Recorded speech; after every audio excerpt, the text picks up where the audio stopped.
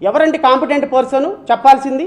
నెయ్యి కల్తీ జరిగిందని ఈవో చెప్పకుండా ముఖ్యమంత్రి ప్రకటన చేసేస్తే నేను ఇంకోటి కూడా అడుగుతున్నా. ఈ రిపోర్ట్ వచ్చింది 12వ తారీఖు 7వ నెల శాంపిల్స్ పంపిస్తే 23 7వ తారీఖున కంప్లీషన్ అయితే శాంపిల్ రిసిప్ట్ 17/7 తీసుకొస్తే 23 జూలై నెలలో వీళ్ళకి రిపోర్ట్ శాంపిల్ వచ్చింది. సెప్టెంబర్ దాకా ఏం గాడిదలు కాస్తున్నారా? సెప్టెంబర్ దాకా ఏం గాడిదలు కాస్తున్నారా? మంత్రి రిపోర్ట్ ఎందుకు బయటపెట్టలా అంటే సిస్టమేటిక్గా వరదలు అయిపోయిన తర్వాత ప్రకాశం బ్యారేజ్ ఇష్యూ అయిపోయిన తర్వాత ఇంకొక ఇష్యూ, ఈ ఇష్యూ అయిపోయిన తర్వాత రేపు ఇంకొక ఇష్యూ, ఈ ఇష్యూ అయిన తర్వాత రేపు ఇంకొక ఇష్యూ, అబద్ధాలతోటి ఒక బిల్డింగ్లు కట్టి ఇప్పుడు ముఖ్యమంత్రి మాట్లాడిన తర్వాత ఒక సిట్ వేశారు. ఐజీ స్థాయి సర్వశ్రేష్ఠ త్రిపాఠి ఎవరో ఒక సిట్టు. ముఖ్యమంత్రి కల్తీ జరిగింది, కొవ్వు పంది ఆవు కొవ్వు కలిసింది అని చెప్పాడు.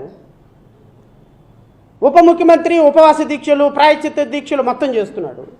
మంత్రి ప్రమాణం చేస్తా నేను ఎక్కడికి వచ్చి అంటున్నాడు నారా లోకేష్. సర్వశ్రేష్ఠ త్రిపాఠి ఐజీ ఏం చదువుతాడండి ఇవన్నీ అన్న తర్వాత? అబ్బెబ్బెబ్బే అసలు కల్తీయే జరగలేదు ఎక్సలెంట్ అని రిపోర్ట్ ఇస్తాడా? సెన్స్ ఉందా మీకు? ఒక ముఖ్యమంత్రి ఒక ఉప ముఖ్యమంత్రి ఒక మంత్రి మాట్లాడిన తర్వాత ఐజీ ఏం రిపోర్ట్ ఇస్తాడండి? మీకు అనుకూలంగా రిపోర్ట్ ఇవ్వక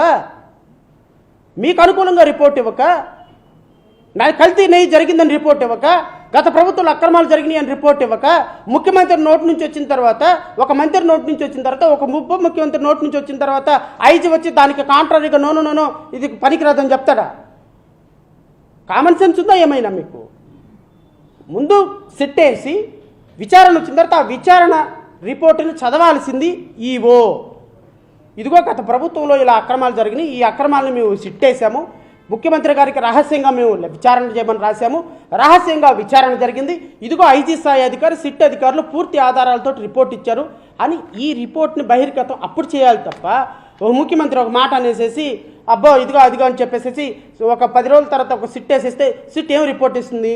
సుప్రీంకోర్టు అదే అడిగింది. నేను ఇప్పుడు అది కూడా అడుగుతున్నా.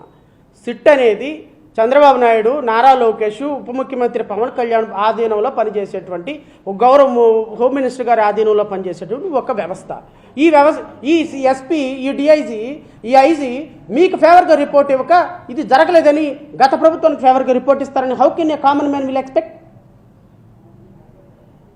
సో స్వతంత్ర దర్యాప్తు సంస్థ ఏమన్నా వేయొచ్చా అని అడిగితే నాకు తెలిసి రేపు సుప్రీంకోర్టులో భారతీయ జనతా పార్టీ అంటే సెంట్రల్ గవర్నమెంటు సిట్టు రిపోర్ట్ వచ్చిన తర్వాత చూసుకొని మేము ఆలోచిస్తామండి, సిబిఐ ఎంక్వైరీ వేయాలా వద్దా, స్వతంత్ర దర్యాప్తు సంస్థ సుప్రీంకోర్టు జడ్జి మానిటర్డ్ ఇన్వెస్టిగేషన్ వేయాలా వద్దా అని దాని మీద సిట్టు రిపోర్ట్ వచ్చిన తర్వాత తీసుకుందామని అంటారు అని నేను అనుకుంటున్నా. ఎందుకు అంటే రేపొద్దున గనక సుప్రీంకోర్టులో గనక ఇది సిట్టు వేయండి, మీ మానిటర్డ్ ఇన్వెస్టిగేషన్ చేయండి, సిబిఐకి మేము రెడీగా ఉన్నామని భారతీయ జనతా పార్టీ అంటుందని నేను అనుకోవటంలో అన్నది అనుకుంటే మొత్తం దొంగలందరూ దొరికిపోతారు. చంద్రబాబు నాయుడు దొరికిపోతాడు, పవన్ కళ్యాణ్ దొరికిపోతాడు, నారా లోకేష్ దొరికిపోతాడు, భారతీయ జనతా పార్టీ. ఎందుకంటే ఒక ఆమె వచ్చింది హైదరాబాద్ నుంచి చెడతలు వాయించుకుంటా రాజధాని ఎక్స్ప్రెస్లో ఏదో ఎక్స్ప్రెస్లో తిరుమల తిరుపతి దేవస్థానం గురించి. నీ హాస్పిటల్ అంటే అక్రమాలే, చచ్చిపోయిన శవాలకి ట్రీట్మెంట్లు చేసేటువంటి మీరు కూడా సనాతన ధర్మం గురించి మాట్లాడేవాళ్ళు. ఏమా మాధవీలత ఆమె పేరేదో ఉందో డాక్టర్ అనుకుంటా ఆవిడ నాకు తెలిసి, వందే మాతర ఎక్స్ప్రెస్లో హైదరాబాద్ నుంచి చెడతలు వాయించుకుంటూ వచ్చావు. దేనికోసం వచ్చావమ్మా ఆంధ్రప్రదేశ్? తిరుమల తిరుపతి దేవస్థానం వెళ్ళి ఎవడు రావాలో ఎవడు రాకూడదో, ఎవడు హిందూ ఎవడు క్రిస్టియనో డిసైడ్ చేసేది నువ్వా? Who are you? నీ హాస్పిటల్లో జరిగే అక్రమాల గురించి తెలుసుకో వెళ్ళి. మీరు హాస్పిటల్లో జరుగుతున్న అక్రమాల గురించి తెలుసుకోమ్మా. మీ భారతీయ జనతా పార్టీకి సంబంధించినటువంటి అందరూ బొట్లు పెట్టుకొని వచ్చి మాట్లాడుతున్నారు కదా డిబేట్లో, సనాతన ధర్మం ఇదే చెబుతుందా? ఏ కల్తీ జరగని లడ్డుల్ని కల్తీగా చేసి రాజకీయం చేసి భారతీయ జనతా పార్టీ అయోధ్యలో లాగా రామ జన్మభూమి బాబరీ మసీద్ లాగా మళ్ళీ దేశంలో అన్ని చోట్ల గెలవమని చెప్తుందా? సనాతన ధర్మం 3 పెళ్లిళ్ళు చేసుకోమని చెప్తుందా? ఏమ్మా దీక్షలు చేసే వాళ్ళకి కూడా చెప్తున్నా, సనాతన ధర్మం అంటే అర్థం ఏంటి? ముందు దానికి డెఫినేషన్ తెలుసుకోండి. రేపు భారతీయ జనతా పార్టీ గనక సింగిల్ సిట్టింగ్ జడ్జి విచారణకు అంగీకరిస్తే ఖచ్చితంగా వీళ్ళ బొక్కలన్నీ బయటపడతాయి. ఇది ఆంధ్రప్రదేశ్కి సంబంధించిన అంశం కాదు. నేను జయభీమరాబాద్ పార్టీ నుంచి డిమాండ్ చేస్తున్నా, ఖచ్చితంగా వీలైతే మేము కూడా దాంట్లో ఇంప్లీడ్ అవుతాం. సుప్రీంకోర్టు జడ్జి చేత విచారణ జరపాలి. ఇది ప్రపంచవ్యాప్తంగా ఉన్న తిరుమల తిరుపతి దేవస్థానంలో లార్డ్ వెంకటేశ్వర భక్తులకు సంబంధించిన అంశం. ఒక తిరుమల తిరుపతి దేవస్థానాన్ని ఒక పొలిటికల్ డిబేట్గా, ఒక పొలిటికల్ చర్చా వేదికగా ప్రతిరోజు నేషనల్ మీడియా, స్టేట్ మీడియా దీన్ని ఇంకా లార్డ్ వెంకటేశ్వర అప్రతిష్టని మనం దిగజార్చుకున్నట్టు కాదా సార్? ఒక మాట చెప్పండి. మహారాష్ట్ర నుంచి, కర్ణాటక నుంచి, కాశ్మీర్ నుంచి, బాంబే నుంచి, తిరుమల మన చెన్నై నుంచి, ఉత్తరప్రదేశ్ నుంచి, మధ్యప్రదేశ్ నుంచి, బెంగళూరు నుంచి కోటాను కోట్ల మంది భక్తులు వచ్చేటువంటి తిరుమల తిరుపతి దేవస్థానంలో ఒక రాజకీయపరమైనటువంటి అంశాలకి ఒక బాణం వేసి బౌన్స్ బ్యాక్ అయ్యి ఇప్పుడు లార్డ్ వెంకటేశ్వర అప్రతిష్టకే తీసుకొచ్చినటువంటి మీరు మనుషులేనా అసలు? మన రాష్ట్రంలో ఉన్న ఏకైక ప్రపంచం మెచ్చదగినటువంటి ఒక టెంపుల్, ఆ టెంపుల్తో కూడా మీరు రాజకీయాలు చేస్తున్నారంటే మీరు ఎట్లా మనుషులు సార్? మీరు ఎట్లా బొట్టు పెట్టుకుంటున్నారు సార్? మీరు ఎట్లా పంచలు కట్టుకుంటున్నారు సార్? మీరు ఎట్లా మంత్రాలు లార్డ్ వెంకటేశ్వర సుప్రభాతం చదువుతున్నారు సార్?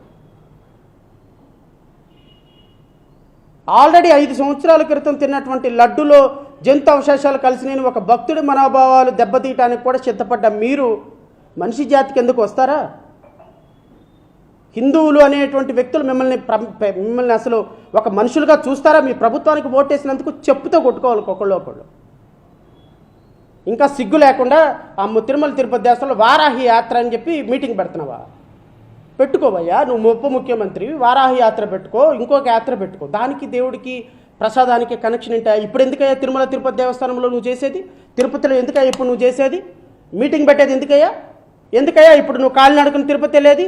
అక్కడ ప్రాయశ్చిత్తం చేయడానికి, అక్కడ ప్రక్షాళన చేయడానికి ఏం తప్పు జరిగిందయ్యా? నీలాంటి పాపాత్ముడు వెళ్తేనే ఇంకా అక్కడ అపవిత్రం జరుగుతుంది. నీలాంటి వ్యక్తి తిరుమల తిరుపతి దేవస్థానానికి వెళ్తేనే అపవిత్రం జరుగుతుంది.